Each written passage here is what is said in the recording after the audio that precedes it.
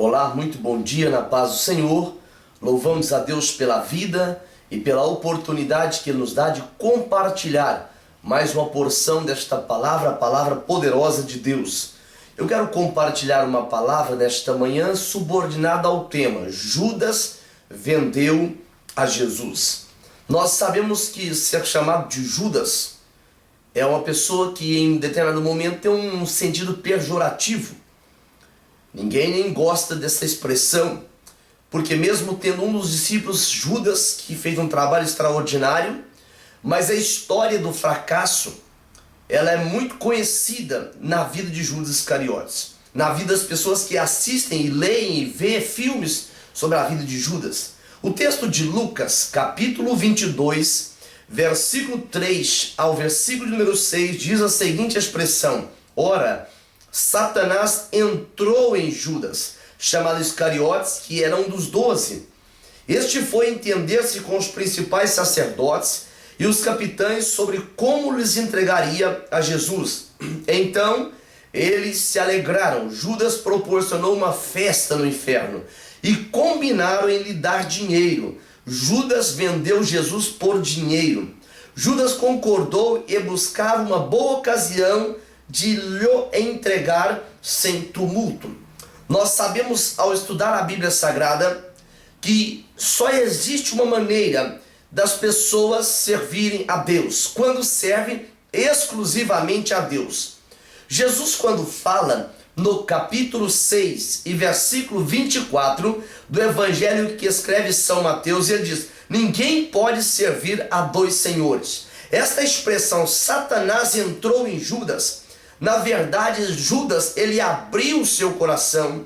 Judas permitiu o acesso de Satanás, o adversário de Deus, o adversário da minha e da sua vida, entrar no seu interior, entrar no seu pensamento, entrar nos seus sentimentos, e isso transformou-se em uma ação, transformou-se em uma atitude. Quando Jesus fala no texto que eu me referi de Mateus 6 e 24, que ninguém pode servir a dois senhores, nós entendemos que quando alguém vende a Jesus, a primeira coisa fatídica que acontece, o primeiro desastre, é que ele deixa de ser santuário do Espírito de Deus.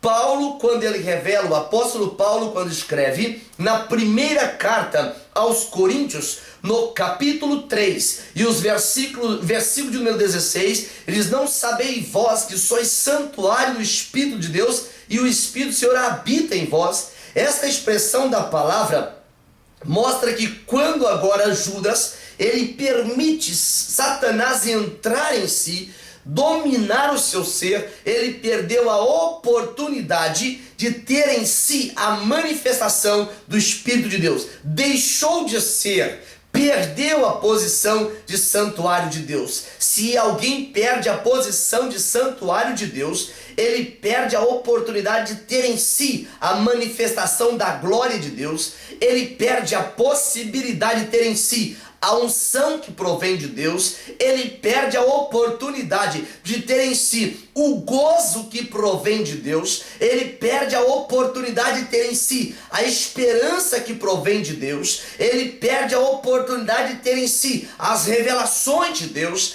ele perde a oportunidade de ter em si a companhia do Espírito Santo de Deus. Em segundo lugar, que Judas vende a Jesus, a segunda perda de Judas é que ele deixa de andar na luz. Primeiro, deixou de ser santuário de Deus, englobando tudo isso que eu me referi. Em segundo lugar, ele deixa de andar na luz, porque João escreve o que Jesus fala no capítulo 8 e o versículo de número 12. Ele diz, Jesus diz: eu sou a luz do mundo. Quem deixa de andar na luz, ele começa a viver em trevas. E quem vive em trevas, ele tropeça. Quem vive em trevas, ele fracassa. Quem vive em trevas, ele vive o desânimo. Quem vive em trevas, ele vive como espantalho, como um boneco, como marioneta nas mãos de Satanás. O adversário da nossa alma, ele não pode nos dar nada. O diabo, Satanás, ele não pode nos presentear com nada que é propriamente dele, porque a Bíblia revela, é uma conotação direta a esse indivíduo chamado Satanás no Evangelho evangelho que escreve João,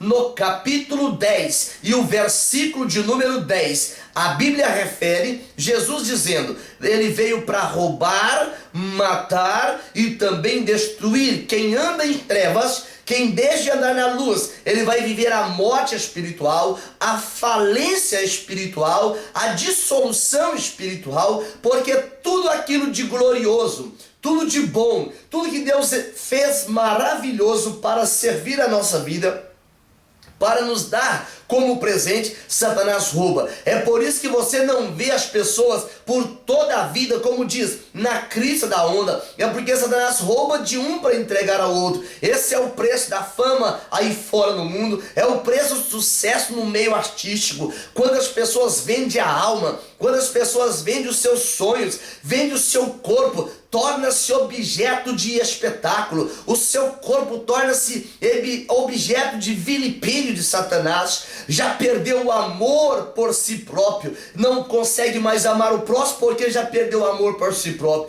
A segunda perda, quando se vende a Jesus, é que deixa de andar na luz. Em terceiro lugar, quando Jesus fala que ele é o pão da vida. No evangelho que escreve João, no capítulo 6, versículo 35, a parte A, e no versículo 48, ele fala: eu sou o pão da vida. Quem vende a Jesus, ele passa a sofrer fome espiritual. Ele quer ouvir coisas boas, ele quer ouvir coisas que edificam, mas ele vendeu Jesus e agora tem que conviver com o sentimento de culpa, tem que conviver com o sentimento de acusação. E a Bíblia mostra que Judas, porque vendeu Jesus, ele achou o lugar do suicídio, ele encontrou o lugar da maior covardia que um homem pode cometer contra si próprio. É quando ele tira, quando ele dá cabo da sua vida. Judas, ele não buscou o lugar do arrependimento, ele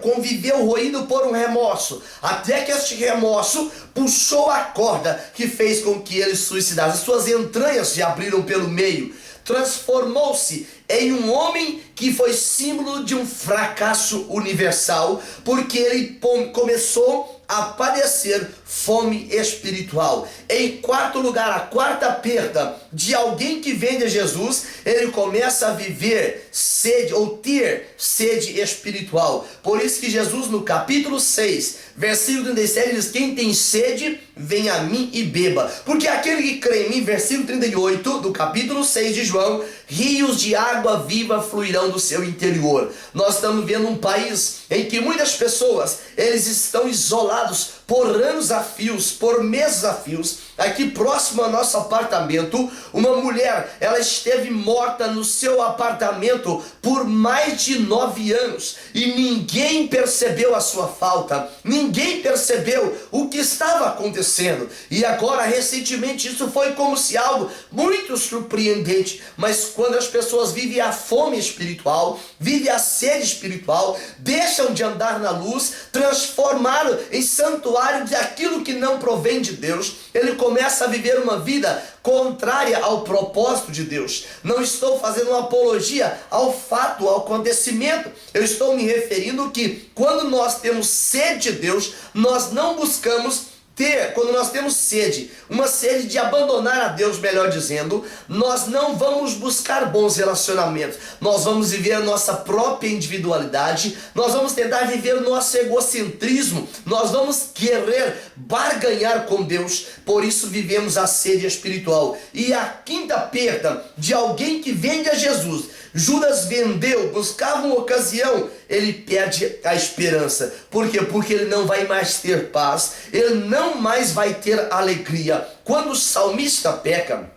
ele não ficou com medo de perder o reino, ele não ficou com medo de perder a saúde, mas o Salmo de número 51 e o versículo 12, ele: Senhor, devolve-me, restitui-me a alegria da salvação. Estar fora da presença de Deus, vender a Deus, significa ter uma igualdade de perder a paz, de perder a alegria, de perder o gozo, de perder o entusiasmo, de perder a motivação. Aí você diz: eu pequei, eu falhei, eu troquei Jesus por um prato de lentilhas, eu troquei Jesus por uma prostituta. Talvez você fale: eu troquei Jesus por um negócio ilegal ou ilícito.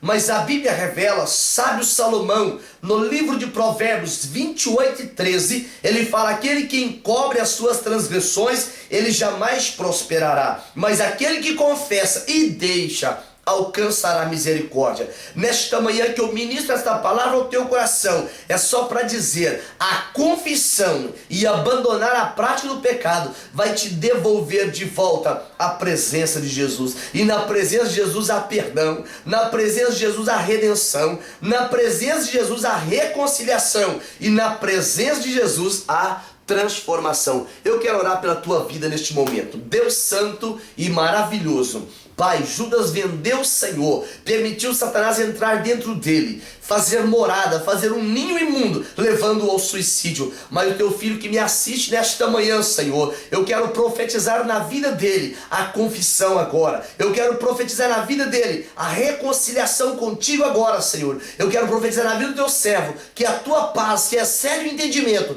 volte uma vez mais neste coração, e que ele possa abandonar a prática do pecado e caminhar rumo à cruz uma vez mais e ter os seus pecados perdoados para sempre. É o que eu oro em nome de Jesus. Não venda Jesus por nada. E se você vendeu, é o tempo de voltar, pedir perdão, reconciliar, e Deus mudará a sua história uma vez mais.